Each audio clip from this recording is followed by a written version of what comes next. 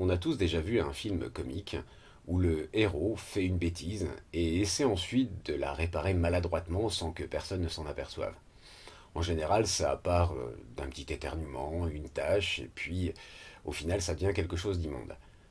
Quand c'est au cinéma, c'est drôle. Ça peut même être parfois attendrissant. Mais quand c'est un ministère qui nous pond des bidules incompréhensibles, tout ça pour cacher les tâches de sa réforme du lycée, ce n'est plus drôle. C'est même grave. Allez, on en parle dans un instant.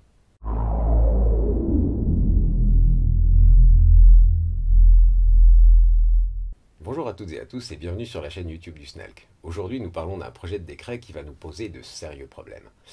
Mais exceptionnellement, ce n'est pas moi qui vais vous en parler aujourd'hui, c'est ma collègue Sylvie. Allez, je vous laisse. Au revoir. Bonjour à toutes et à tous et merci Seb. Le texte crée les PRE, des professeurs référents qui auront pour mission d'assurer le suivi individualisé renforcé de petits groupes d'élèves dans des classes de première et de terminale. Alors, en substance, un lycée pourra décider de faire travailler des professeurs référents avec des professeurs principaux ou de remplacer des professeurs principaux par des professeurs référents ou de rester dans le système actuel. La mode n'est pas nationale, mais a une autonomie des établissements.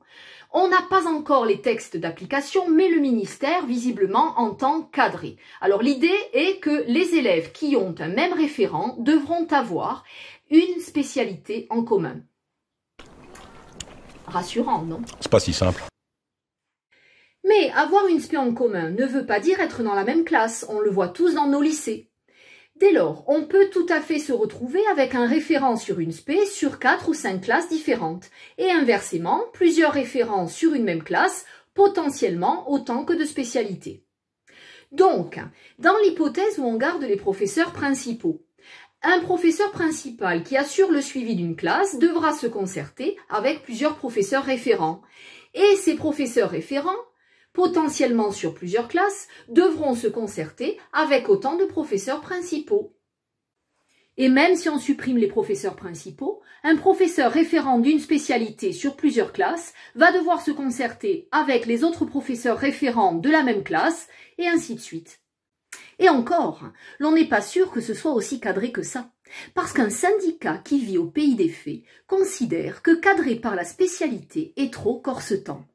Pour eux, plus on se réunira, mieux ce sera. Alors qu'au SNALC, on considère qu'on est professeur. Alors comment dire? Non mais vous croyez vraiment que j'ai que ça à glander? Bon, redevenons sérieux 2 secondes. Face à cette nouvelle mission, nous avons posé la question de l'ISOE. Alors là, grand coup de botte en touche.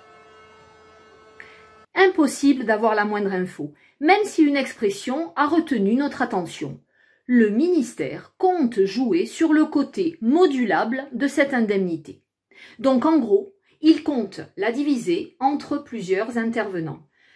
Alors en résumé, ils entendent donner une nouvelle mission qui demande un travail énorme, des concertations à l'infini, en divisant une indemnité jusqu'alors indivisible, et chaque établissement pourra faire à sa sauce.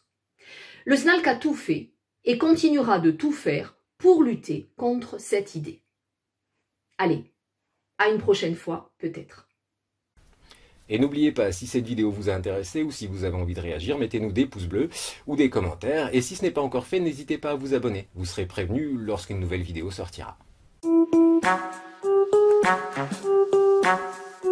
Thank you.